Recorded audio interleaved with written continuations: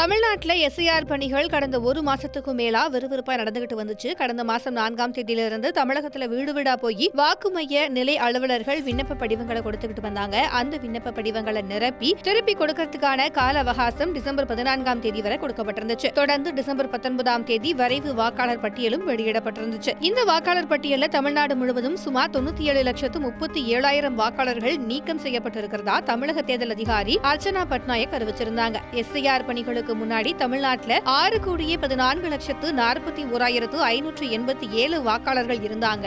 SIR பணிக்கு அப்புறமா 5,43,76,755 வாக்காளர்கள் இருக்காங்க. இதுல பெண் வாக்காளர்கள் 2,77,60,332 பேரும், ஆண் வாக்காளர்கள் 2,66,63,233 பேரும், மூன்றாம் பாலினத்தவர்கள் 7,191 பேரும் இருக்காங்க. எஸ்ஐஆர் மூலமா 26,94,672 இறந்தவங்களோட பெயர் நீக்கப்பட்டிருக்கு. இந்த அறிவிப்பு தமிழ்நாடு முழுவதும் அதிர்வலைகளை ஏற்படுத்தி இருக்கு. நிறைய பேரு தொகுதி மாறி போயிருக்கலாம், எஸ்ஐஆர் படிவத்தை பூர்த்தி செஞ்சு நிரப்ப முடியாம இருந்திருக்கலாம், ஊர்ல இல்லாம இருந்திருக்கலாம். இப்படி நிறைய காரணங்கள் சொல்லப்பட்டுச்சு. வரைவு வாக்காளர் பட்டியல இல்லாதவங்க வாக்குச்சாவடி நிலை அலுவலர்கள், ERO சாவடி முகவர்கள் அல்லது ஆன்லைன் மூலமா ஜனவரி 18ஆம் தேதி வரை விண்ணப்பிக்கலாம்.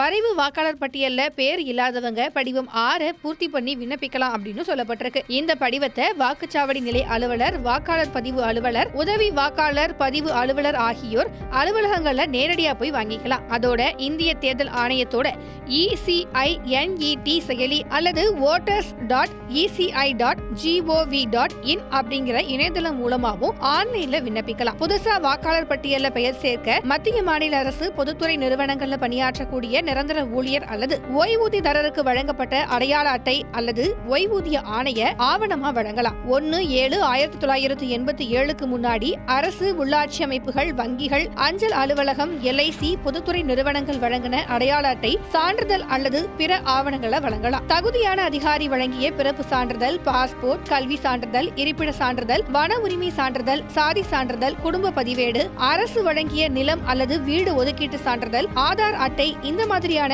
உரிய ஆவணங்களை சமர்ப்பித்தால் மட்டும்தான் உங்களுடைய பெயர் வாக்காளர் பட்டியலில் சேர்க்கப்படும். நிறைய பேரு அட்ரஸ் மாறி வேறு இடத்துக்கு போயிருப்பீங்க. அவங்க படிவம் 8 நிரப்பி கொடுக்கணும்னு தேர்தல் ஆணையம் சொல்லியிருக்காங்க.